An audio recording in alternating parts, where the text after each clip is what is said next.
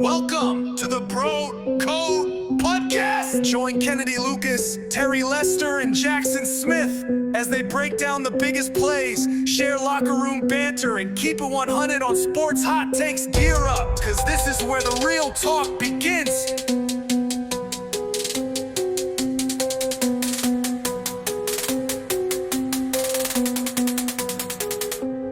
Gear up! What's poppin', good people? You already know what time it is. This is the Bro Code Podcast, and I'm your host, the one and only Terry Lester, holding it down for culture. Today is July 2nd, 2025, and we're bringing that barbershop talk straight to your speakers. Whether you in the whip, posted at the crib, or on that grind at work. Turn us up, because the convo is about to get real, unfiltered, and a little reckless. Just how we like it. Hi, everyone. I'm Jackson Smith, and on this show, we talk headlines in Sports Bro Code is where the real ones link up. And if you know the code, then you already family.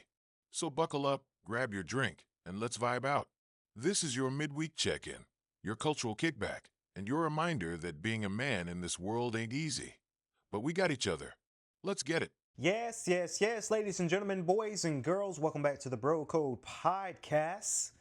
As T mentioned, it's always good to be back here on the radio waves of everybody that listen to our show on either iHeart Media, Spotify, Apple. We thank y'all so very much for staying tuned. If you guys enjoyed, by the way, I meant to say, if you guys enjoyed Monday night's episode, I had to remember, Jackson, like, was it Monday night or Monday morning? The Bro Code Podcast this past Monday, we gave you guys an hour long podcast about sports related news. So we hope that y'all enjoyed it. And before we get to other introductions and what have you, if you guys take a look, yesterday we went live again, K.L.P Aftermath podcast. Very, very good podcast, by the way. I've had a lot of things to talk about. A lot of people enjoy the topics of conversation, so that's something you guys don't want to miss up on for sure. I'm so grateful for these shows, man. I tell you, Bro Code podcast today, K.L.P Aftermath podcast yesterday, and then on Friday, y'all know what Friday is. Friday Night Lights with Omar Grant. I cannot wait for you guys to see that episode tomorrow. Friday rather. So stay tuned for that as well. It's going to be a great show debut for the talk show. And K.L.P Entertainment, we got some good stuff coming. So we just got to wait for it, you know? All right, let's dive in. As expected, new contract to come at a fast and furious pace during the opening hours of NBA free agency. Just 24 hours after players could officially begin negotiating contract with new teams, 18 of my top 25 potential free agents had already found landing spots. Still, there are players available who could make a difference next season and beyond. My updated list of top 10 free agents falls largely into two buckets. Restricted free agents who will have a difficult time landing offer sheets with little cap space available, plus centers who are still deciding on their next stop. Beyond that, there are a handful of big names available, including future Hall of Famers Chris Paul and Russell Westbrook. Let's take a look at what these players can bring to their new teams, which destinations they might fit, and some undervalued contributors who remain unsigned. After the All-Star break, which came 2 weeks after the Bulls traded Zach LaVine, Giddey was incredible statistically, averaging 21.2 points, 10.7 rebounds, and 9.3 assists, while shooting 50% from the field and 46% on threes. Although that level of three-point shooting probably isn't sustainable, Giddey hit a career-high 38% for the regular season, changing how opponents defend him.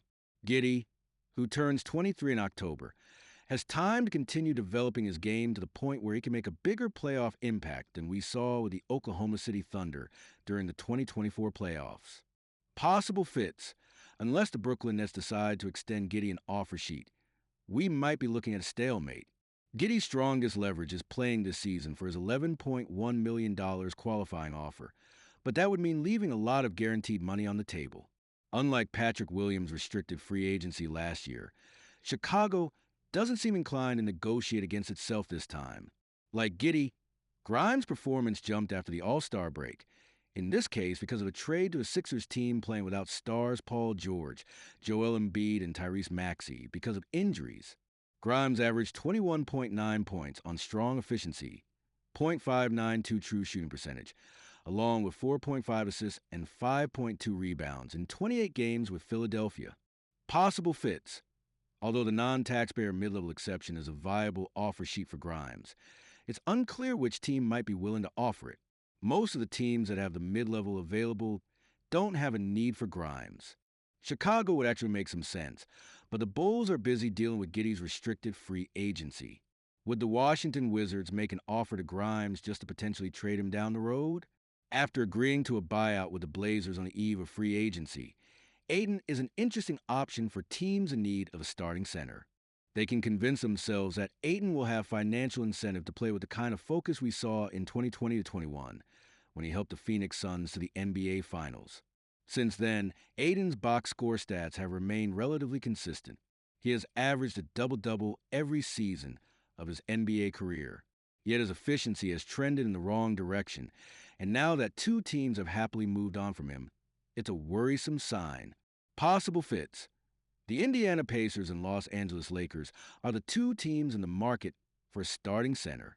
Indiana signed Ayton to a max offer sheet as a restricted free agent in the summer of 2022 and could now get him using the non-taxpayer mid-level exception to replace Miles Turner. And the Lakers could offer a starting spot in a glamour market playing alongside Luka Doncic and LeBron James. After starting the playoffs out of Coach Steve Kerr's rotation, Kuminga became a key player with Stephen Curry sidelined against the Timberwolves in the second round. Kuminga averaged 24.3 points over the series' final 4 games, shooting 55% from the field. At 22, Kuminga should become a more consistent contributor over time. But that's more likely with a team besides the Warriors, given the way Kuminga's skill set overlaps with those of Jimmy, Butler III, and Draymond Green. Possible fits. Of the 3 restricted free agents at the top of the list, Kuminga seems most likely to move via a sign-and-trade deal with Golden State, can find someone who does more to help it compete for a championship. The Bulls are a logical fit, and the Miami Heat have also been linked to Kuminga. Paul, who turned 40 in May, was one of 6 NBA players to start all 82 games this past season. Although Paul's 8.8 points average was a career low, he still ranked in the 82nd percentile in points per direct chance among players who received at least 1,000 on-ball screens, according to Genius IQ tracking. A return to San Antonio doesn't appear to be in the cards after the Spurs added No. 2 pick Dylan Harper to a large number of ball handlers on their roster. Possible fits. Proximity to Paul's offseason home in Los Angeles might be as important to him as basketball fit. Paul is reportedly considering a return to the Clippers, who have a portion of their non-taxpayer mid-level exception available after signing center Brook Lopez, as well as the Suns, restricted by the second apron. Phoenix could sign Paul only for the veteran's minimum. Horford, who turned 39 on June 3rd, remained a linchpin for the Celtics with his versatility at both ends. Horford's playing time went up last season to 27.7 minutes and 31.6 in the playoffs, though Boston protected him with copious games off. As the Celtics consolidate heading into next season in the wake of Jason Tatum's Achilles injury, Horford could look to play for a team with a better chance of contending. Possible fits. Horford has been linked to 2 West Coast teams that could use his skill set, the Lakers and Warriors. Horford would allow the Lakers to maintain the 5-out spacing they employed in last season's playoffs without having to sacrifice size and rim protection, while his shooting would be an ideal fit in the Golden State frontcourt next to Butler and Green. Boucher quietly bounced back from a down 2023-24 season to average double-figure scoring for the second time in his career, while playing an average of 17.2 minutes. He shot 36% on threes and 63% on twos in producing elite efficiency, while also proving capable of defending on the wing in big second-unit lineups. The lone Raptors player remaining from the 2019 title team, Boucher might no longer have a place on a roster that looks full with the addition of 26-year-old power forward Sandro Mamukelashvili. Possible fits. Boucher's shooting makes him another logical fit for the Warriors, with whom he started his career as an undrafted free agent before landing in Toronto. I also like Boucher's fit with the Philadelphia 76ers, who could use a shooter with size after losing Gershon Yabusel to the New York Knicks. Thomas averaged a career-high 24 points in 25 games last season for the Nets, missing extended periods because of multiple hamstring strains. That kind of volume scoring no longer has the meaning it once did, particularly when accompanied with fairly average efficiency. Thomas is also a below-average defender who does little to fill out the box score besides scoring. At the same time, he's 23 and a more dangerous shooter than his 34.5% career three-point accuracy would indicate. Possible fits. As compared to other restricted free agents, Thomas is in an even more difficult position because he plays for the team best positioned to make a sizable offer sheet. Additionally, Thomas's $5.9 million qualifying offer makes the threat of becoming an unrestricted free agent next summer less viable. After getting a one-year, $12.8 million deal from Golden State a year ago, Melton sustained a season-ending partial ACL tear 6 games into the season. Traded to Brooklyn in the Warriors' deal for Dennis Schroeder, Melton is again an unrestricted free agent and should be back on the court early in the 2025-26 season. When healthy, Melton is an outstanding defender and a 37% career three-point shooter. Possible fits. Given his skill set, Melton fits just about anywhere. He has been connected with the Lakers, who could use all the depth they can get. During his season in Denver, Westbrook excelled as a starter alongside Nikola Jokic. He averaged 15.3 points, 7.0 assists, and 1 rebounds in 36 starts, taking advantage of his cutting and transition game to shoot 50% from the field. As a reserve, Westbrook shot just 39%. That dropped to 35%, including 7 of 32, 22% on threes during the Nuggets' hard-fought 7-game playoff series loss to the eventual champion Thunder. Possible fits. Westbrook is an unusually tricky fit at this stage of his career because any team that signs him has to adapt to Westbrook as much as the other way around. A return to Denver doesn't seem likely after the Nuggets added veterans Bruce Brown and Tim Hardaway Jr. This week, next we talk NFL. It's time to bestow a new honor on a handful of NFL legends. While many of these players do great work on the field, I'm happy to finally give them the credit they deserve for what they've done in fighting some of the most penurious people on the planet, NFL team owners. It's time to induct the inaugural class of players into the Bag Hall of Fame, BHOF. Now, I need to be very clear here. This is an attempt to honor players who were overpaid or didn't deserve the money they made during their time in the NFL. I'd reject that concept in principle. Just about every player, past or present, was or is underpaid relative to the risks they take by playing professional football. There's no fun in poking at backup quarterbacks who are able to collect checks while rarely stepping on the field. Instead, I want to reward the players who did the best job of maximizing their leverage and getting paid for their ability. Players who pushed holdouts to the next level. Players who bet on themselves and were handsomely rewarded for doing so. Players who even managed to represent themselves in negotiations and pocket millions of dollars that would have otherwise gone to an agent. For this first class, the selection committee is inducting 8 players into what will surely one day be a physical Hall of Fame. Most of the players are still active, but they've already done enough to earn their way into the BHOF without a 5-year waiting period. Many of them have won Super Bowls, and a handful are either in the Pro Football Hall of Fame or should end up in Canton someday. That Hall of Fame, though, won't be the only institution honoring them for their work. Here's our first class of players. If you explain this concept to an NFL fan and ask them who they thought was worthy of induction, they would probably name Cousins first, about to become the most expensive backup quarterback in NFL history. Cousins has earned more than $294 million in his career and has another $37.5 million in guaranteed money coming from the Falcons before the 2026 season begins. He has been underrated as a reliable passer for most of his career, but it's also fair to say he has never been the best quarterback in football either. From 2016 to 2024, nobody took home more cash from NFL teams than Cousins, whose $291.3 million earned was $21 million ahead of the second-place passer. More on that player later. In part, that's because Cousins didn't emerge as early as most quarterbacks. Taken 100 picks after fellow Washington quarterback Robert Griffin III in the 2012 draft, he wasn't much more than an injury fill-in early in his career. He threw 10 picks on 203 pass attempts over his first 2 seasons. While he was better over an extended stretch starting early in 2016, he finished his third season with a below-league average 50.4 total QBR, with the Commanders benching Griffin in 2015 to avoid triggering his $16.2 million fifth-year option. When those options were only guaranteed for injury, Cousins' path to the starting job was cleared.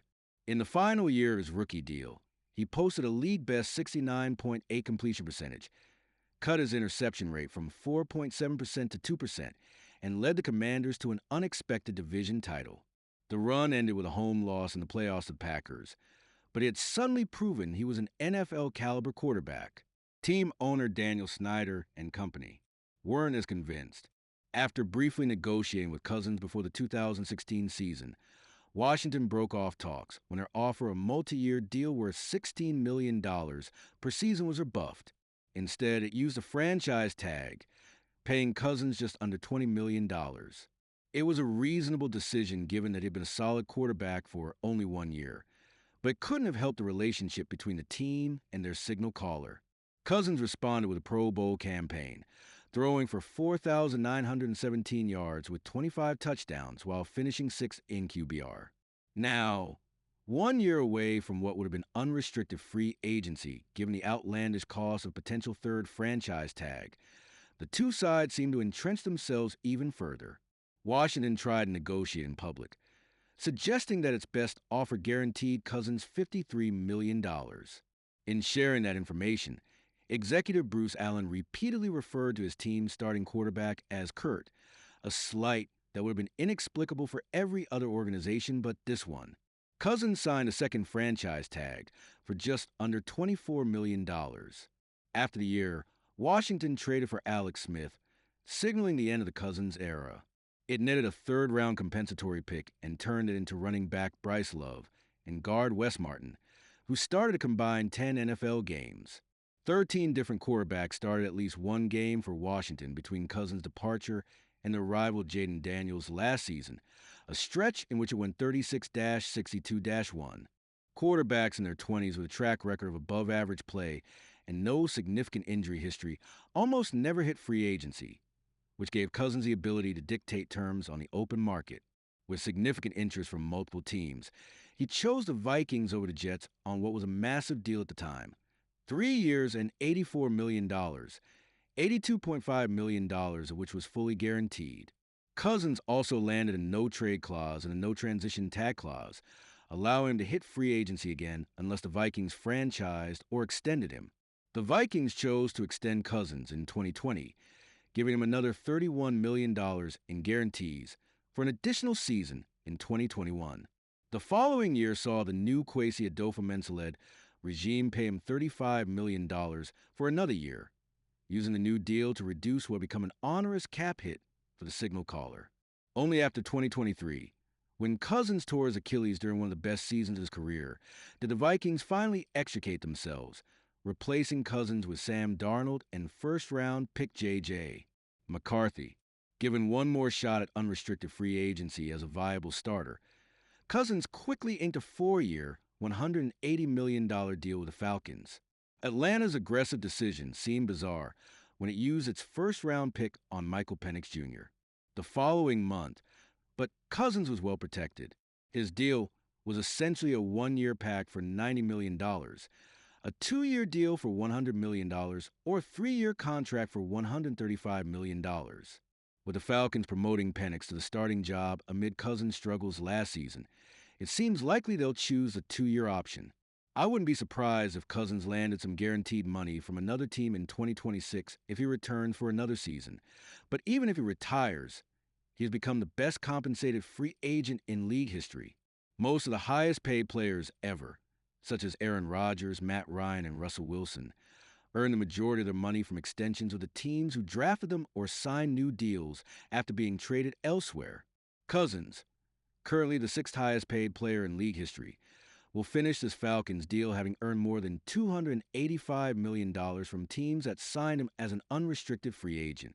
While the salary cap will eventually grow to the point where that figure is topped, The only other player in the same stratosphere in terms of earning money as a free agent and the extensions that followed is Drew Brees, who made more than $256 million after signing with the Saints.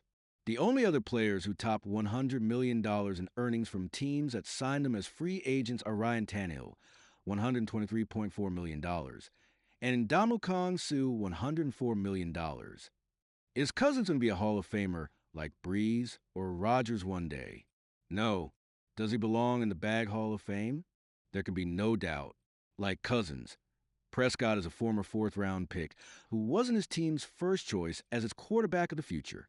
During the 2016 draft, the Cowboys were reportedly interested in drafting Paxton Lynch or Connor Cook, only to be beaten to the punch by the Broncos and Raiders, respectively.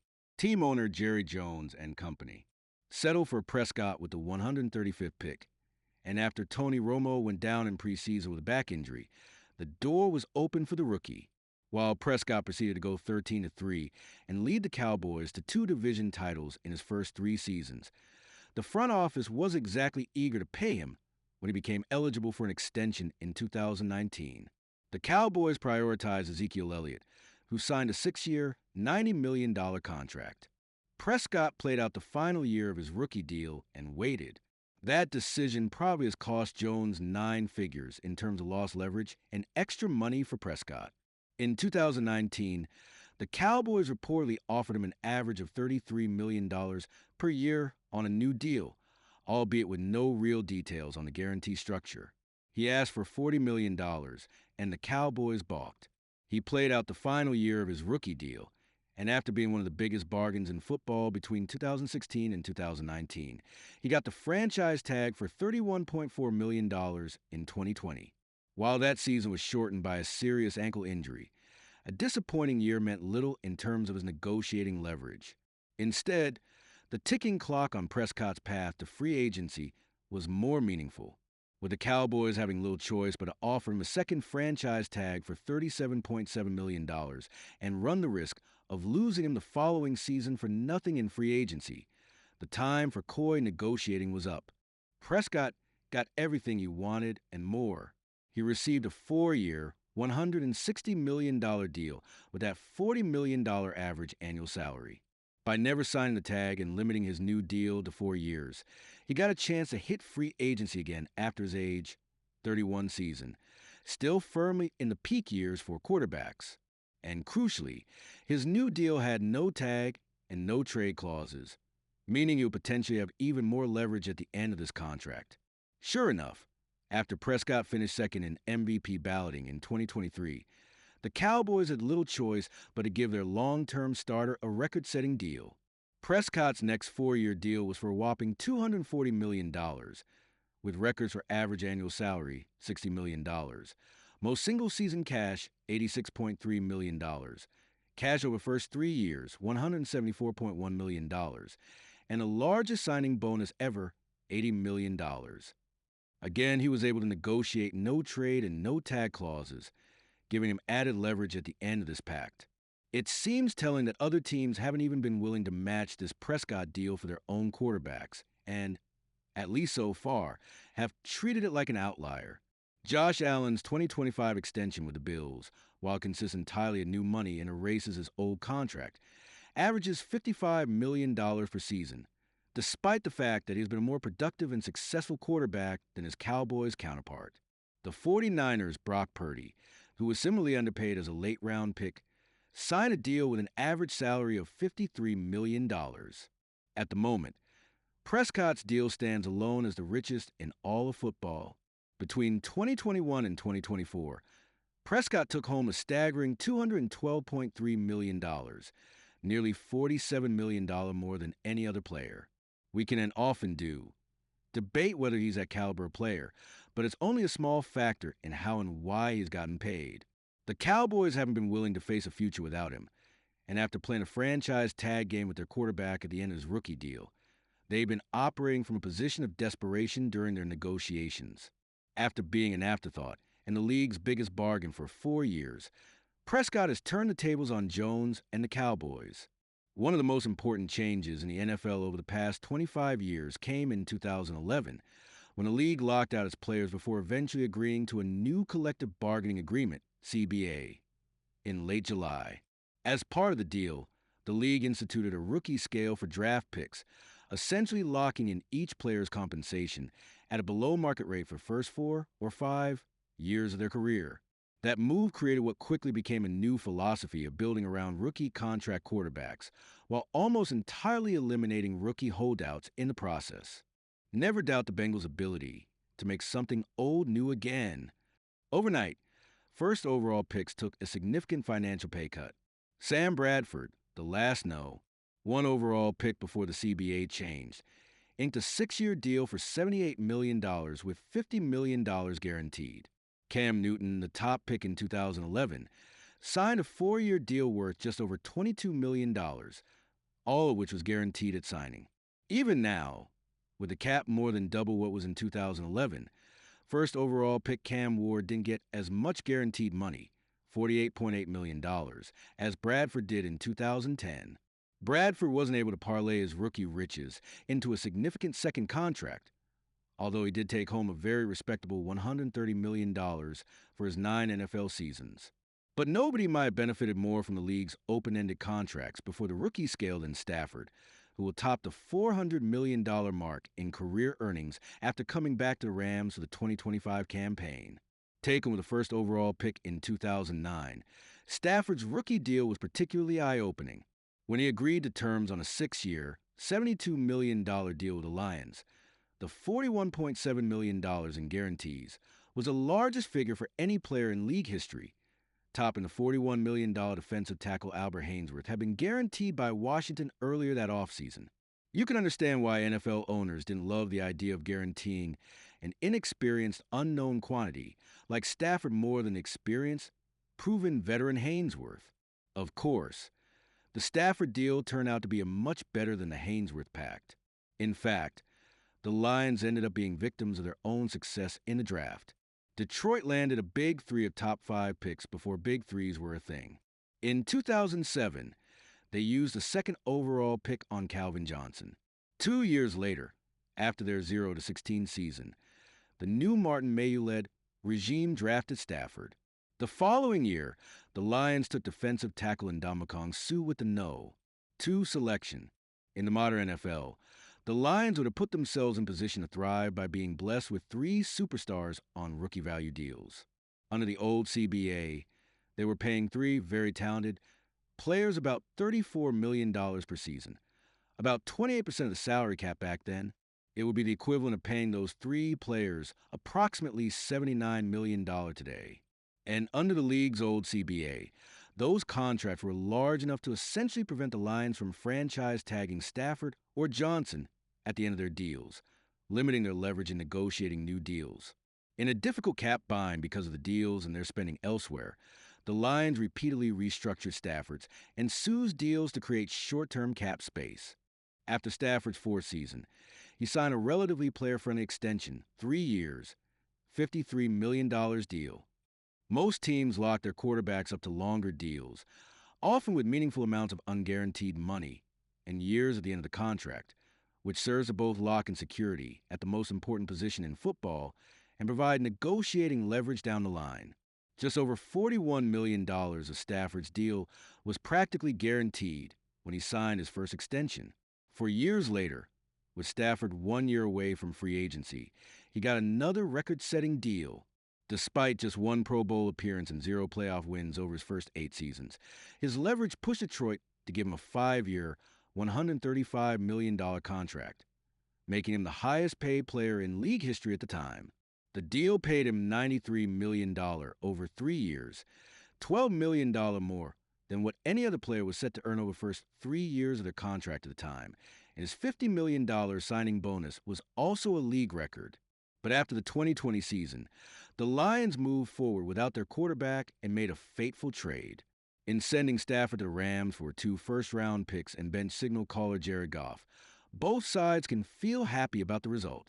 Stafford won a Super Bowl in his first season with Los Angeles. Goff rebuilt his career in Detroit and became a building block. After his postseason breakthrough and winning a title with Los Angeles, Stafford was paid accordingly.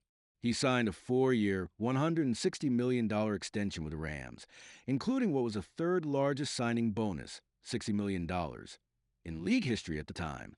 He might have actually left some money on the table with this move to help keep the Rams competitive, although a disappointing season led the organization to go on a more aggressive retooling. What got Stafford over hump as a bag Hall of Famer, though, was his work over the past 12 months. Before the 2024 season, the Rams moved most of his guarantees forward by 1 year, having already earned more than $364 million in his career and $27 million in mostly unguaranteed money coming in the 2025 season. He decided the Rams needed to pay up for him return at age 37. It's one thing for a veteran to justify that he needs a certain amount of money to play it all late in his career. But Stafford was reportedly open to a trade to the Giants or Raiders if they were willing to pay him what the Rams would not. Forget trying to play for a winner to eke out one more ring. He threatened leaving for one of the worst teams in the league, while downgrading his offensive coordinator and offensive line, if the Rams weren't willing to give him a raise. That is Hall of Fame dedication to the bottom line. In the end, the Rams and Stafford found common ground. While Stafford didn't get a multi-year guarantee, he stuck around in Los Angeles for $40 million in 2025. Would he have really gone to play for the Giants? Some people would call that a bluff. Bag Hall of Famers would call that smart negotiating. No player might have done a better job of parlaying his leverage into an unexpectedly large contract than Flacco, who turned one playoff run into 2 contracts with the Ravens. In his case, timing was everything. Like the other quarterbacks in the Hall, Flacco bet on himself. With 4 consecutive playoff appearances and 2 trips to AFC championship games across his first 4 seasons, he had done just about everything short of taking the Ravens to the Super Bowl. Given that they ranked 3rd in scoring defense in each of those 4 years, though, it was fair to say plenty of NFL fans believed he was being carried to those deep playoff runs. While Flacco had just produced a solid performance and come within a Lee Evans drop of beating the Patriots in the 2011 AFC Championship game, he had thrown a combined 7 interceptions in the 4 losses that had ended Baltimore's 4 seasons with him at the helm. With that in mind, maybe it shouldn't have been a surprise that there was a disconnect between how the Ravens viewed Flacco and how the 27-year-old viewed himself. Heading into the 2012 season, he and the Ravens came close on a contract extension before those talks fell apart. ESPN's Adam Schefter described Flacco's attitude toward a long-term deal as indifference, a term rarely used in regard to anyone procuring life-changing money. Schefter noted that Flacco was more concerned with keeping up his level of play from week 1, when he threw for 299 yards and 2 scores in a blowout win over the Bengals. Flacco wasn't that good for most of the season, but he got white hot when things mattered most, with the Ravens battling defensive injuries. They eventually landed the 4 seed in the AFC. From there, he went nuclear, running off one of the best playoff stretches in league history. The 6'6" quarterback threw for 1,140 yards with 11 touchdowns and no picks. After a home win over the Colts, the Ravens won in double overtime in a Raheem Moore game over the Broncos, then beat the Patriots at home in Foxborough before winning a shootout over the 49ers in the Super Bowl. As a quarterback entering the prime of his career with a Super Bowl ring in his pocket, Flacco was suddenly in the driver's seat. After their prior Super Bowl win in 2000, the Ravens had let starting quarterback Trent Dilfer leave, replacing him with Elvis Grbac. They cycled through future starters over most of the next decade before eventually landing on Flacco. Even with franchise icon Ed Reed simultaneously hitting free agency, the Ravens needed to prioritize Flacco. Flacco and his representation were able to extract what was, at the time, the richest deal in NFL history. The Ravens signed Flacco to a 6-year, $120.6 million contract.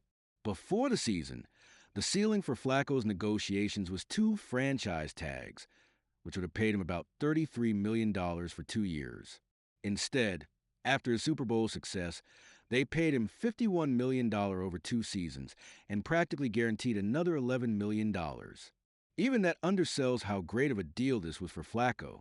Because the Ravens were in rough cap shape, the structure of the contract kept the cap figures low before the accounting jumped from $14.6 million in year 3 to $28.6 million in year 4. As a result, Baltimore was always likely to be in position, in which it would need to hand him a second contract after 3 seasons. And indeed, before the 2016 season, Flacco signed a 3-year, $66 million extension, guaranteeing him another $44 million. Between 2013 and 2018, Flacco ended up taking home $124 million in cash, the fourth most money of any player over that time frame.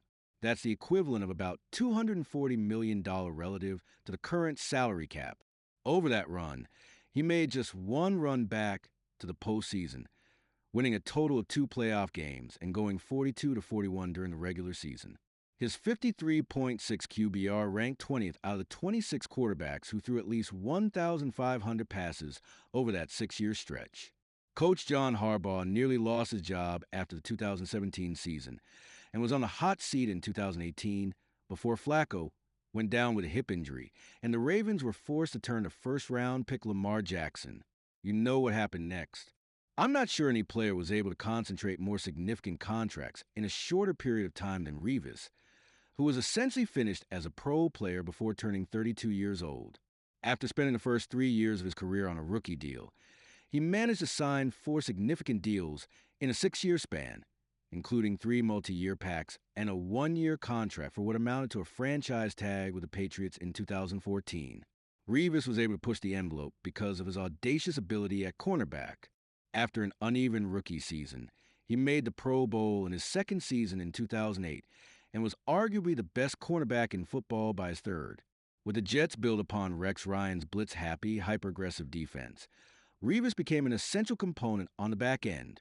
Quarterbacks knew they shouldn't throw at him, but with limited time and Revis perpetually in one-on-one coverage, there simply weren't any alternatives. He turned the 96 targets thrown his way into 6 picks in 2009, using coverage metrics produced by Football Outsiders. I found that Revis was a historic outlier at cornerback that season, every bit as good at his position as the best quarterbacks were at theirs. Understandably, Revis wanted to get paid. As was famously depicted on that year's Hard Knocks, he held out and drove a hard bargain with then Jets general manager Mike Tannenbaum.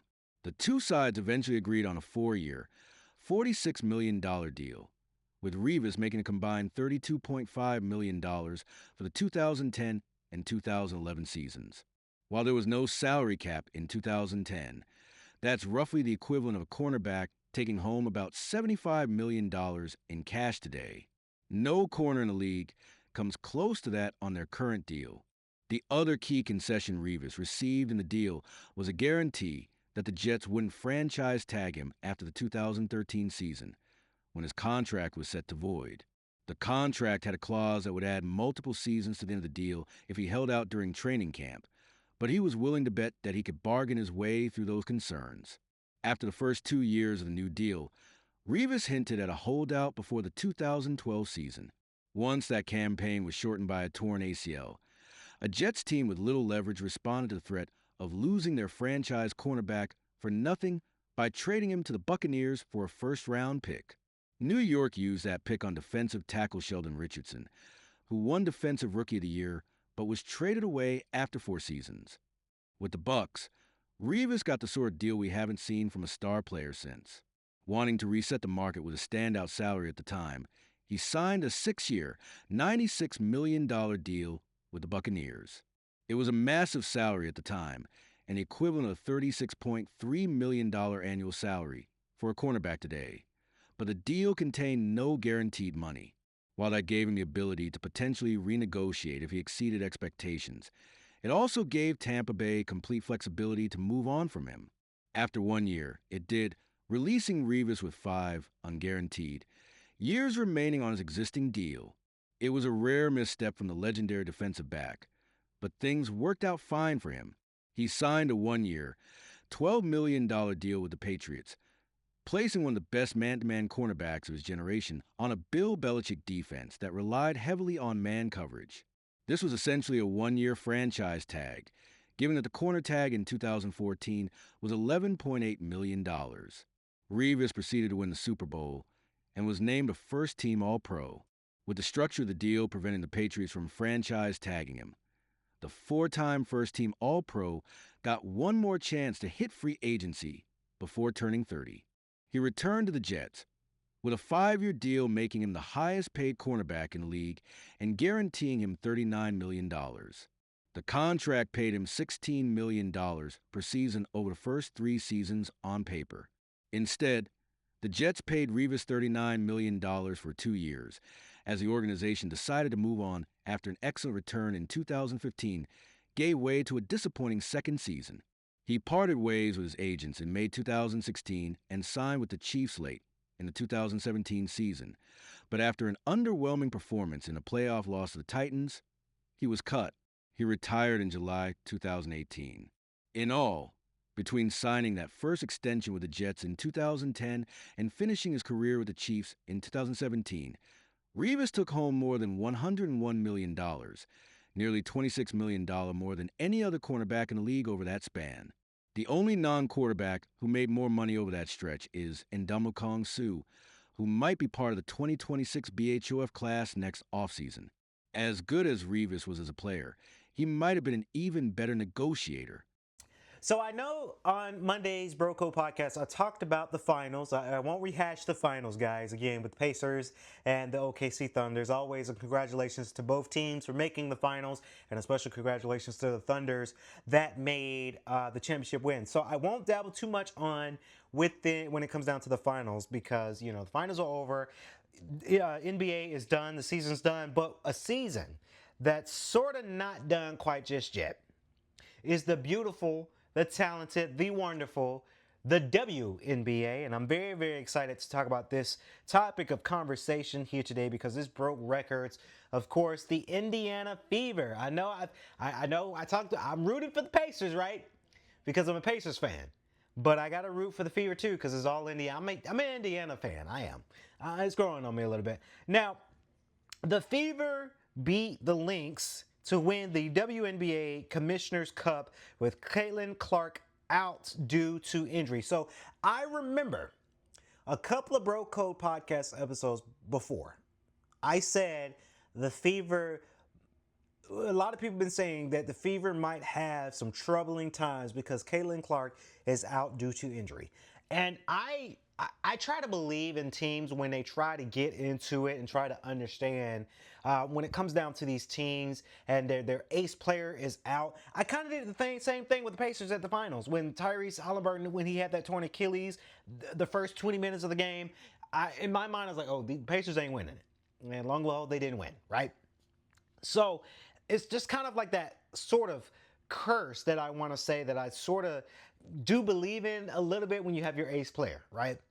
Now, Caitlin Clark out due to injury, but the Indiana Fevers, they were able to oust the Lynx to win the WNBA Commissioners win. Now, the Indiana Fever have won their first WNBA Commissioners Cup. The Fever, despite being without the star player, Caitlin Clark, defeated the Minnesota Lynx 74-59.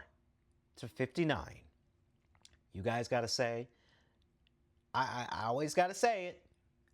There's a game, there's a difference between a straight up ass whooping or a straight up close match, right? If the Indiana Fever, if they would have won this match 74-72, with that I'm going to say that was a close match. But being that they oust the Lynx 74-59, I can't say that it's a straight out ass kicking, but it was a butt whooping a little bit, right? To claim the 5th ever Commissioner's Cup. Now, again, the Indiana Fever, they're awarded the championship presented by Coinbase. And then there is a video. Let's see if we can get the video here.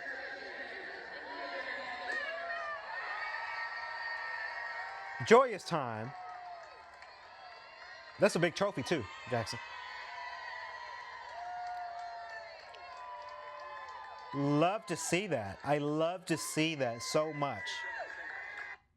So that was the video that was coming from Twitter, from the official WNBA's Twitter account. And of course, Championship Energy, Caitlin Clark crashes Aaliyah Boston's interview after winning the chip. This is the video that's from the WNBA Twitter account. Aaliyah, what are you going to do with your prize money? That's for me. No! Congratulations, lady. Back to you. All right. So, look, I get it. Caitlin Clark's a star player. I would have snapped on Caitlin Clark because there was a moment where I'm on TV, I got the mic in my face, the interviewer's asking me how do I feel about this win, the prize money, and Caitlin Clark's just gonna come out and say, I'm gonna crash this because it's all about me, me, me, me, me. I'm not sure that's what Caitlin Clark planned on doing or what she thought she was doing that for. She might have been very, very excited for the team and wanted to celebrate. Obviously, she's one of the star players. We get it. But if it was my interview and it was my time to shine, Caitlin Clark, why are you in front of the camera? You were out. You're out for the injury. Why are you there in my interview, right? I think she had some things that went on with that, but it's safe to say that Clark has been dealing with a groin injury and was listed as a questionable return for the game, but ultimately didn't suit up for the Fever that night for the Commissioner's Cup. Luckily, the Indiana Fevers, a big night for Natasha Howard, gave it enough for the win. That was the person that was supposed to be interviewed, but she Caitlin Clark kind of crashed that interview. Very, very good for Natasha Howard. Howard led the way for the Fevers with 16 points, 12 rebounds, and a pair of steals, Jackson. Aaliyah Boston added a double with 12 points and 11 boards. Of course, the Fever had 3 other players win double figures. Howard's performance earned her the anonymous Commissioner's Cup MVP. Very, very good for the wonderful, the talented Natasha Howard. I've been saying it the whole night. Again, when you lose an ace player, right, there's a lot of expectations, there's a lot of pressure, there's a lot of energy that goes into the team now because they have to prevail a little bit more. They have to work a little bit harder. They have to really rely on, and I think every team should rely on every player that's there on the court, but you have to really rely on other players that are there because, confidence. And I think players are starting to not do this as much, but players, they tend to lose that confidence when their ace player got out. Again, I hate to keep comparing it to the NBA, right, with the finals, but we've seen it, of course, with Halliburton with that torn Achilles. The teammates, they look worried at first. Now, sadly, they didn't win, but they looked worried at first, but they learned to rely on everybody that is on the team simply because they still have to perform. They still have to be better than the other opposing team because you lost your star player. You have to be up and ready for anything because injuries do happen, right? So I'm very, very excited for that. Minnesota's Nepisa Kohler has been the MVP for him all season, but struggled on Tuesday with just 12 points on the board. On the 16 of 18 from the field, the Lynx shot just 34.9% in the field and 25% from deep. Even with the loss, Minnesota is off to a tremendous start of the year. Obviously, the Lynx, they set atop the WNBA standings of 14-3. That's actually not a bad record. And are well on their way for a great season. A second consecutive Commissioner's Cup win just wasn't in the cards for the Minnesota Lynx this past Tuesday. Again, a 14-13 record so far for the Lynx. That's not a bad start. It's really not a bad start when it comes down to these ladies performing really well. It's just, unfortunately, the Indiana Fevers ousted them out a little bit with the game, and they became the better team of the Commissioner's Cup. Now the Fever had a decent season so far, of course improving to 9-8 with the win, but they still far from the top of the league. Yes, there's plenty of team around the WNBA that are coming for that belt. They're coming for that win. They're coming for the championships, but a win for the Commissioner's Cup plus Clark's eventual return should give them enough momentum that they need when it comes down to it as the halfway point for the season nears its end of the season. So I'm going to stay very, very close to see how the Indiana Fevers are going to be on top. The one thing I do say this with a lot of teams, right? When you win a certain type of cup or championship that may not be the finals, I would say, and I hope the Indiana Fever teammates and coaches are watching the show, don't get too in your head. We've seen this time and time and time again from every team, from every sport really, but we've seen it I've seen it for WNBA, where if they win a Commissioner's Cup or they win a certain series that's not the series finals, you don't want to act too high and mighty, right? Don't get in your head as if you won the whole thing. Get in your head and say, okay, we won the Commissioner's Cup, what's next? Right? Because there are other teams around the nation that are coming for that title, right? That are coming for that finals. So I do say to the Indiana Fevers teammates, ladies, don't get so cocky, right? I've seen that happen with any team, really. I've seen it with WNBA. I've seen it with NFL. I've seen it with soccer and baseball. Don't get too much in your head. Because if you get in your head, it may not bode well for you. It won't.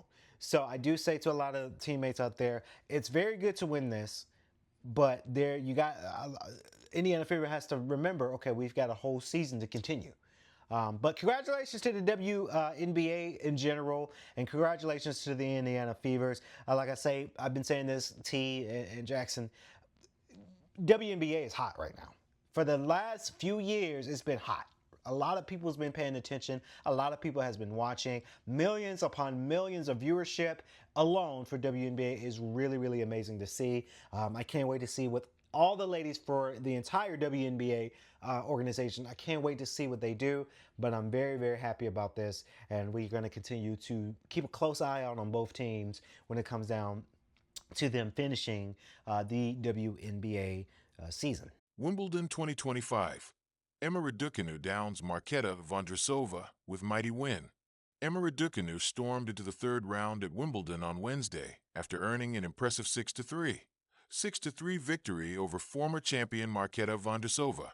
The Brit put together what must surely be one of the best performances of her career so far, although she will need to maintain that level if she is to progress even further this week, with no 1 seed Aryna Sabalenka waiting for her in the next round. I think today I played really, really well, Raducanu said. There were some points I have no idea how I turned around. Raducanu was all smiles after the match, thanking her team after the match, including coach Mark Pecci, with who she's been working with since the Miami Open. She had every reason to be. The last time that Raducanu faced Vondrousova at Wimbledon in 2021, she was 18-year-old and making her dream debut run at SW19. It was the second round on that day, too, and Raducanu looked every bit as imperious then as she did on Wednesday. I knew playing Marketa, it was going to be an extremely difficult match, Raducanu said. She's won this tournament, and it's a huge, huge achievement. I'm so happy with how I focused and put my game on the court. She later made the fourth round that year and, months later, memorably lifted the U.S. Open title. Still, Raducanu said she knows she will go into her next match as an underdog, a factor she will look to use to her advantage. I'm just so happy I get to play another match here, she said. Sabalenka is no 1 in the world, so dominant, has won literally everything. I'm just so happy how I performed. I guess there's no pressure at all on me. Aryna Sabalenka advised Alexander Zverev to address his mental health before such issues destroy him, with the world no 1 pointing to herself as an example of a player who benefited from speaking with a therapist and her family. Zverev, the no 3 seed at Wimbledon, was eliminated by Arthur Rinderknech in 5 sets Tuesday, his first opening round loss at a Grand Slam since 2019. The 28-year-old German, who has twice faced allegations of domestic abuse, acknowledged after the loss that he has been struggling mentally since the Australian Open, saying, "It's difficult to find joy outside the tennis court for me at the moment." He continued, "I've been through a lot of difficulties in the media. I've been through a lot of difficulties in life generally. I've never felt this empty before. Just lacking joy. Just lacking joy in everything that I do. It's not necessarily about tennis. Just lacking joy outside of tennis as well." Zverev told reporters that he felt very, very alone and would consider therapy, noting, "For the first time in my life, I'll probably need it." Sabalenka, speaking after her second-round win over Marie Bouzkova on Wednesday, said she had a therapist for 5 years. "I stopped, I don't know, maybe in 2022. It's crazy to hear from someone like Alexander because he has surrounded himself with his family," Sabalenka said. It's really important to be open and to talk about what you're experiencing, because if you're going to keep it inside, it's just going to destroy you. I think that's something happening to him. He just needs to open up to whoever is close to him. People who can accept whatever you're dealing with. The moment you start talk about your problems, you start realizing a lot of things. It helps to solve them. Madison Keys, whose Australian Open triumph in January came in her 46th Grand Slam appearance, spoke then about how therapy helped her play her best tennis. She said Wednesday that mental health was being discussed more openly on the tours. I think it's definitely got more open, Keys said. I don't really remember it being a talking point much.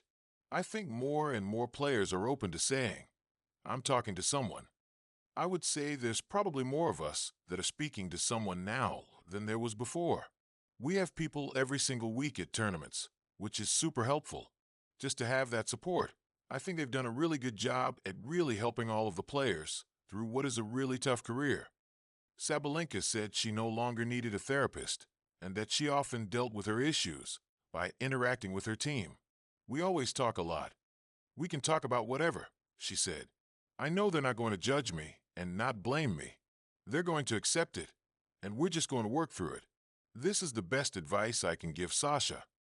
University student Ali Tarvet was unable to create one of the biggest shocks in Wimbledon history as the Britain's dream run came to an end against two-time defending champion Carlos Alcaraz. The 21-year-old qualifier put up an entertaining fight, showing signs of his vast potential, but ultimately lost 6-1, 6-4, 6-4 on center court. Ranked 733rd in the world, Tarvet created 11 breakpoints against the five-time Grand Slam champion. But the Englishman, who studies in the United States, could only take 2 of those opportunities and never looked like seriously causing an upset. I want to give credit to Oliver. I love his game, said second seed Alcaraz, who secured a 20th match win in a row. The level he played in his first match on center court, which I know is difficult, was great. I knew I had to be really focused from the beginning. I'm happy with my performance. Tarvet's run of 4 victories, 3 in qualifying and another in the first round proper, means he should be taking home prize money of £99,000. However, he is only allowed to claim $10,000, £7,290, in profit every year under American college rules, as well as any expenses incurred during the events. Despite showing he can test the very best in the professional ranks, Tarvet still plans to return to the University of San Diego next year to conclude his 4-year communications and marketing degree. Few British tennis fans had even heard of Tarvet this time last week. But after coming through qualifying to reach his first Grand Slam main draw, his stock has continued to rise. A confident victory over Switzerland's Leandro Rieti in the first round set up an eye-catching meeting with Alcaraz, who is looking to become only the 5th player to win 3 successive men's titles in the Open era. Stepping out onto the sport's most iconic court to face a global superstar would be a daunting prospect for many inexperienced youngsters. Tarvet had never played in front of more than several hundred people, but was greeted to a warm ovation from the 15,000 fans, many of who were dreaming of seeing a memorable upset. With Alcaraz misfiring in the early exchanges, there were gasps of shock as the Briton found himself with 3 break points in the opening game. Alcaraz recovered to save each of them, then broke in the next game, and the mood threatened to flatten. But Tarvet continued to play with energy and expression, like he regularly does on the NCAA circuit, to create 5 more breakpoints and reignite the atmosphere. Highlights included coming out on top of a 27-shot rally, showing his speed to put away a trademark Alcaraz drop shot and lasering a passing forehand winner when the favorite came forward. Tarvet's level increased further in the second set. He kept a tight rein on his illustrious opponent until losing serve to love, with the set delicately poised at 4-4. Alcaraz served out for a 2-set lead and, after threatening to break in a lengthy game to open the third, took his next opportunity for a 3-2 advantage. Still, Tarvet showed he was not prepared to roll over. The home fans were back on their feet as he hit straight back for 3-3. But the energy he exerted to do that meant a dip came in the next game, and he lost serve again. After Alcaraz completed victory, he congratulated Tarvet on his performance and appeared to offer advice as they chatted arm in arm. He also graciously joined in with a standing ovation as Tarvet left the court, and, while the Briton's long-term future is unknown, he looks capable on this evidence of forging a decent professional career after his studies. Alcaraz enjoys more comfortable afternoon. Coming through in straight sets represented a much more comfortable afternoon for Alcaraz, who was taken to a decider by Italian veteran Fabio Fognini in his opening match. While his serve came under pressure again, the 22-year-old's ground strokes were generally cleaner, and his injection of pace proved too much for Tarvet. It meant Alcaraz was never in danger of becoming the latest seed to fall, with 8 of the men's top 20 already out. Russian pair Andrei Rublev and Karen Khachanov also avoided adding to that tally with comeback wins over South Africa's Lloyd Harris and Japan's Shintaro Mochizuki. Brazilian teenager João Fonseca, who has quickly become the most hyped player on the ATP Tour, beat American Jenson Brooksby in 4 sets to set up a third-round meeting with Chilean qualifier Nicolas Jarry. Jarry has fallen down the rankings because of an ear condition which affects his balance and vision. External but followed up his stunning win over 8-seed Holger Rune with a straight-set victory over American teenager Lerner Tien. Britain Patton and Finland's Hiljo Vaara prevailed 7-6, 7-4, 6-4 as they chase a third major triumph at their 5th slam as a pairing. They won the Australian Open in January after claiming their first doubles title together at Wimbledon 12 months ago, having only joined forces in April last year. They could face another all-British pairing in the second round, as they wait to see whether Marcus Willis and Billy Harris can overcome Alexander Bublik and Flavio Kobali. Men's top seeds Marcelo Arevalo and Mata Pavic were also among the first-round winners, beating Laszlo Djere and Roberto Carbal's Baena 6-4, 6-2. It took Patton and Hiljo Vaara 1 hour and 20 minutes to end the resistance of Evans, who celebrated his first Wimbledon singles win in 4 years on Tuesday, and teenager Searle. Excellent serving provided the foundation for their victory. They did not face a single breakpoint in their 11 service games, conceding just 8 points in those games. Evans and Searle did well to limit their opponent's opportunities. But after falling short in the first set tiebreak, Evans struck the net with his racket in frustration after the 2024 winners were presented with the only breakpoint they required in set 2 to end the contest. For the first time since 2019, WWE will stage the all-women premium live event Evolution on July 13th. While no matches have been officially announced for the show at State Farm Arena in Atlanta, there are several that can be predicted based on ongoing stories, rivalries, and on-screen hints. What are those potential matches? Let's take a look with these predictions and guesstimates. Jade Cargill may have defeated Naomi at WrestleMania 41, but that does not mean the issues between them are settled. There is still a significant amount of jealousy on the part of the latter and a disdain between both that another match is required. With WWE Women's Champion Tiffany Stratton already slated to defend against Cargill at SummerSlam, and the specter of Naomi's money in the bank hanging overhead, what better way to incorporate her into the scenario than as the special guest referee for the latest battle between former friends and tag team partners? A ref bump here or there even opens up the possibility for Naomi to cash in mid-match and ruin both women's plans for the biggest party of the summer on August 2nd to 3rd. Tensions between Bayley and Lyra Valkyria continue to escalate with every passing week, thanks in large part to their shared hatred for Becky Lynch and pursuit of the Women's Intercontinental Championship. Last Monday on Raw, they nearly came to blows when Valkyria's frustration boiled over, costing the role model her match against the man. Fans who have paid close enough attention to WWE programming over the years know this is headed for a triple threat match, and Evolution is the perfect place to book that contest. 3 of the best in-ring performers on the roster, in a high-stakes match, and on a historic card? Sign all of us up. The only match confirmed for Evolution is the NXT Women's Championship match that will see Jordynne Grace challenge Jacy Jayne for the title.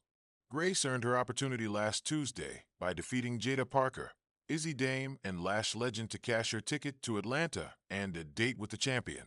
The Juggernaut has been close on more than one occasion, but has been unable to unseat whoever the champion was at the time. In a one-on-one setting and on a card as significant to women's wrestling as Evolution, There are few better places for her to finally win the gold. If she can keep fatal influences Jasmine Nix and Fallon Henley from interfering, that is. Alexa Bliss has gotten the best of Charlotte Flair on more than one occasion since returning to WWE, and in recent weeks, they have even teased a partnership of convenience against similar foes, with both determined to win and Bliss carrying the upper hand against the Queen.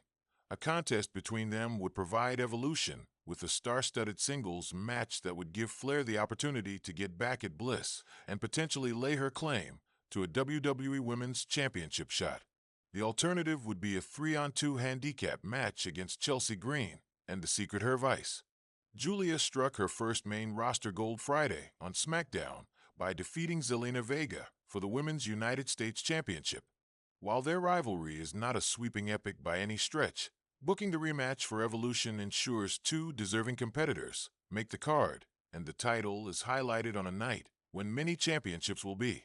The original plans for Evolution appeared to suggest either a showdown between Nikki Bella and Liv Morgan or a women's tag team championship match between the Bella Twins and Morgan and Raquel Rodriguez of the Judgment Day. However, the recent shoulder injury suffered by Morgan will keep her out of Evolution, but that does not mean option 2 is not still viable. With Roxanne Perez worming her way into Judgment Day's good graces, what better way to tell the story of her taking everything from Morgan than by partnering with Rodriguez to defend the tag titles against Bella and her sister Brie? If WWE opts not to bring Brie in, a pairing of Nikki and another Hall of Famer, such as Trish Stratus, would be a star-studded duo to program opposite the heel champions. Stephanie Walker and Ivy Nile have been foes since the former's call-up to the main roster. While La Primera has gotten the better of the American-made product, there is still plenty of time to build some momentum for Nile and make the match worthwhile. Beginning as soon as Monday's Raw, Vacker will win, obviously, but it gives both women something to do and allows the former NXT Women's and North American champion the opportunity to get a win on a hugely significant card, even if she should have been in a stronger position to do something more meaningful. Rhea Ripley has never defeated Io Sky and even dropped the Women's World Championship to the Genius of the Sky in the main event of Raw on the road to WrestleMania earlier this year. Since then, they have competed against each other in a Match of the Year candidate at the Showcase of the Immortals and occasionally teased another championship showdown at some point. That point should be Evolution, with Ripley finally achieving what she has struggled so long to do by defeating Sky and regaining a title that she lost far too quickly earlier in 2025. A match with the potential to be the best on the card. It is a fitting main event featuring the biggest star on the women's roster in the Eradicator. Yeah, that's true. I tell you what's coming up next on Bro Code Podcast presented by iHeartMedia. Let me tell you, baseball is off to a hot start. Baseball has been brewing up their season as well as they're coming for towards the end of their season series go around for their series as well. There's a lot of sports. I really like it that sports are kind of year round, right? You may not got football right now. Football's not happening right now, but football will be here before we know it. But I like to talk about the MLB. Honestly, I've said this. I think I might have said this in the other podcast show of mine, but I did play baseball, right? Baseball holds something very near and dear to my heart simply because I played the sport. I think if I would have continued the sport, right? I didn't continue playing baseball simply because, I ended up getting sick and I just wasn't really feeling it as much as I thought I would. So I kind of quit playing baseball. But I kind of wish I would have stuck with it. Because if I would have stuck with it and trained really, really well for it, then I probably would have been a decent player. I wouldn't say I would be the best player ever. I can't say that. But I would be a decent player when it comes down to the sport. I've filmed baseball when it comes down to the tournaments, baseball and softball. So I like all sports now, but I particularly have a favorite for baseball and softball because I played the sport. I know of the sport. So baseball is off to a hard start here. I'm reading the notes here. This year's MLB trade deadline is going to be completed. So many teams are currently in the playoff race.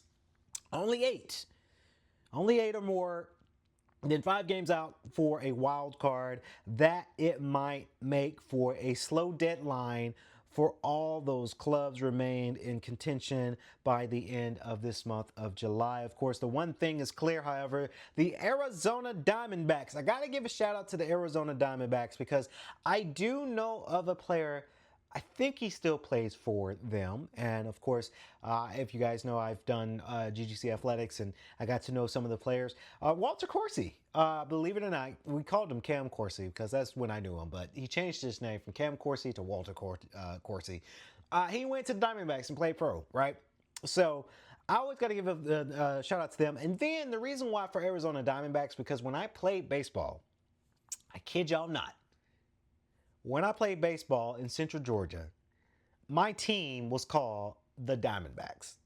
D-back is what we called it, right? So I always got a thing for the Arizona Diamondbacks because I played for a Diamondback team in Central Georgia years ago. So they're at the fulcrum of this deadline. The ability to make it a lot more interesting if they decide to trade away their players heading into free agency. Of course, this group, and I'm reading the notes here, that includes the slugging third baseman, Eugenio Suarez, starters Morel Kelly, and Zach Gallen. Of course, at the .300 fitting first baseman Josh Naylor, and the closer of Shelby Miller. Those are the players that are possibly getting ready for that trade up. Now, while there are always a desire for ownership in the front office to go for it and not sell the clubhouse, that has worked hard to get into the playoff chase, let alone sell out the fans who have supported the team.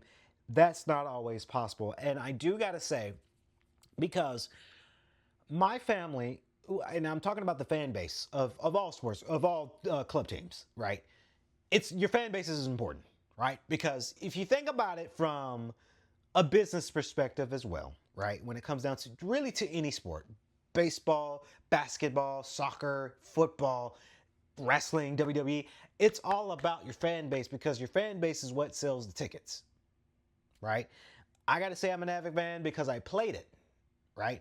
I fancy the Braves because there's two. I'm a fan of the Braves because we're here in Atlanta, right? So we got to root for the home team. And shout out, well, rest in peace to my grandma. You know, my grandma, her favorite player was Chipper Jones, and Chipper Jones played for the Braves, right? So I kind of have that relation to it because I know she's smiling from heaven watching the Braves, right? That one year, I got to say, I think the Braves, it was 2021, right? 2021, I believe, is when the Braves won the World Series. And I could tell that my grandma, I felt it. My grandma was there at Truist Park, sitting down, cheering the Braves on, right? I could tell. So that's why we kind of have a sort of thing when it comes down to the fan base. Is very, very important when it comes down to that fan engagement. A shout out to my sister again, my sister and her husband, my brother-in-law. They always go to the Braves games because they have a rocking good time as fans, right? Now, the past weekend sweep at the hands of the Miami Marlins was a crushing 3 games and decreased their playoff odds by about 11% points. So that's just under 20%.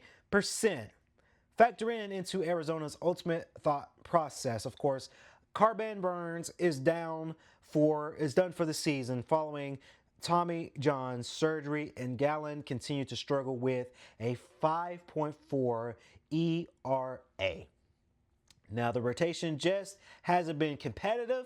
A run to the postseason feels unlikely for this team, and run through October even less so. Now, as July, and you know that's a struggle season. If you had a 5.45 ERA, in my opinion, that's you're struggling just a little bit when it comes down to it. And the Tommy John surgery, right? Now, as July kicks in, of course, a lot of people are presenting their list of players on every team should trade for or away before the July 31st deadline. Of course, they have the Diamondbacks saying goodbye to a number of their implemented free agents when it comes down to the league as well. Of course, trade away Eugene Suarez. for the Diamondbacks, of course, it is a deadline that lacks the marquee superstar. Remembering that the biggest names of the past two deadlines, of course, Shohei Ohtani. Shohei Ohtani's doing really well too. In 2023, and Garrett Crotchet in 2024. Wharton traded away Suarez. Might be the best player who gets traded within the Arizona Diamondbacks. Of course, reading notes here. When it comes down to Suarez, he's having a huge power season, hitting .254, .324, and .564 with 26 home runs. Recently built to him his 300th home run to cement his underrated career. Of course, his strikeout rate is the lowest it's been since 2018. It's tough. As he has made the concerning effort to swing a little more often early in the count, it pays off in the end. Of course, the Diamondbacks also had a top prospect of Jordan Lawlar ready in the minors to take over at third. He's a supernatural shortstop, but Gerardo Perdomo has locked down that position, and Lawlar's bat should still play at third. Very, very interesting for the Arizona Diamondbacks when it comes down to it. I'm always going to root for I'm rooting for every team, really. I'm rooting for the Braves, right? But I got a thing for the Diamondbacks because I just, I've got a friend that probably don't remember me now, but I got a friend who plays for that team from college, and my Central Georgia team was the Diamondbacks. So I'm going to watch closely to see what the Diamondbacks do with their trade away. I'm going to watch closely too, because a lot of teams that are getting ready for the trade off when it comes down to the trade off deadline when it comes down to it. Let me see if I can generate some notes here, because we got to talk about it, because why not? Let's talk about the Atlanta Braves. Again, I'm biased. I know. I try not to be biased on the Bro Code podcast, but I'm biased. Atlanta Braves trade away Marcell Ozuna. Now, the Braves beat the Mets in 5 out of 7 games in June to spark some comeback talk, of course, but they remain 8 games under .500. One of the 5 NL teams that are more than 5 games out, Jackson, of the final wild card. Now get this, T. There's still time.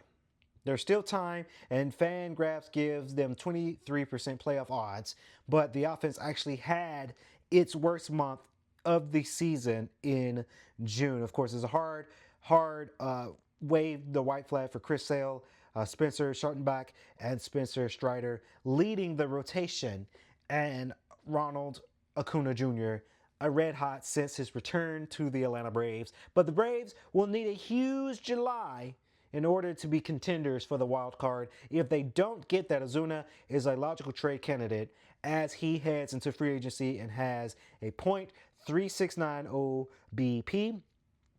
When it comes down to it, although he had a miserable June with just only a .550 OPS and just 2 home runs in the month of June. Again, if you just had two home runs just in the month of June alone, you had a rough June, right? Teams have rough months. They have their rough months, but that's going to be very, very interesting within the Atlanta Braves and the Arizona Diamondbacks for sure. So we love to see it. We love to see baseball, and I'm going to watch closely when it comes down to that as well. That's going to wrap it up here on the Bro Code Podcast. We hope that you guys enjoyed this episode for the Bro Code Podcast for today's episode. Published date. Again, guys, check out every show on K.L.P. Entertainment. This show, Bro Code Podcast, K.L.P. Aftermath Podcast, TLT, and of course on Friday, we're going to be debuting a new show, Friday Night Lights with Omar Grant. That's going to be a very, very exciting show, and you guys don't want to miss it. Of course, Jackson T, it's always a pleasure to have you guys back into the studio to give you the latest in sports news. Again, guys, we hope you guys enjoyed today's episode. Please remember to like, comment, subscribe to the channel. If you're listening to the podcast on any audio platform you get your podcast from, we thank you guys so very much. And if you're watching the video version of this podcast, either on Spotify for video, Facebook Watch, LinkedIn, or YouTube, we thank y'all for that as well. We'll catch y'all in the next Bro Code podcast. Until then, have a great evening. We'll see you guys in the next episode. Peace. Welcome to the Bro Code Podcast. Join Kennedy Lucas, Terry Lester, and Jackson Smith as they break down the biggest plays, share locker room banter, and keep it 100 on sports hot takes. Gear up, because this is where the real talk begins.